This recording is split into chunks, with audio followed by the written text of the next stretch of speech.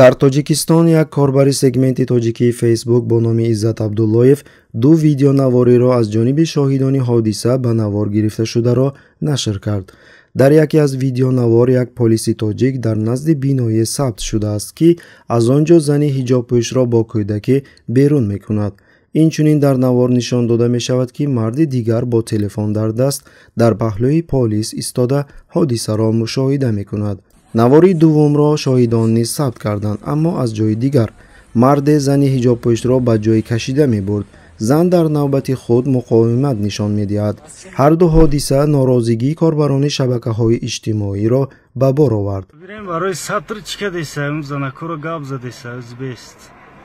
бояд зикр кард ки ин гуна гирдиҳамоиҳои ғайриқонунӣ ва боздошти занони ҳиҷобпӯш дар доираи мубориза бо ҳама гуна зуҳуроти ислом ва арзишҳои он дар тӯли 5 соли охир дар Тоҷикистон мунтазам рух медиҳанд.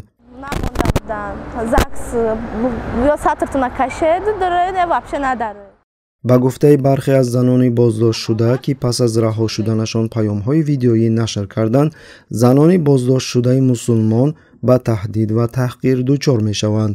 баъзеи онҳо сабти ном шуданд ва баъзеи дигар бо иттиҳоми муқовимат ба кормандии ҳукумат дар иҷрои вазифа ҷарима мешаванд.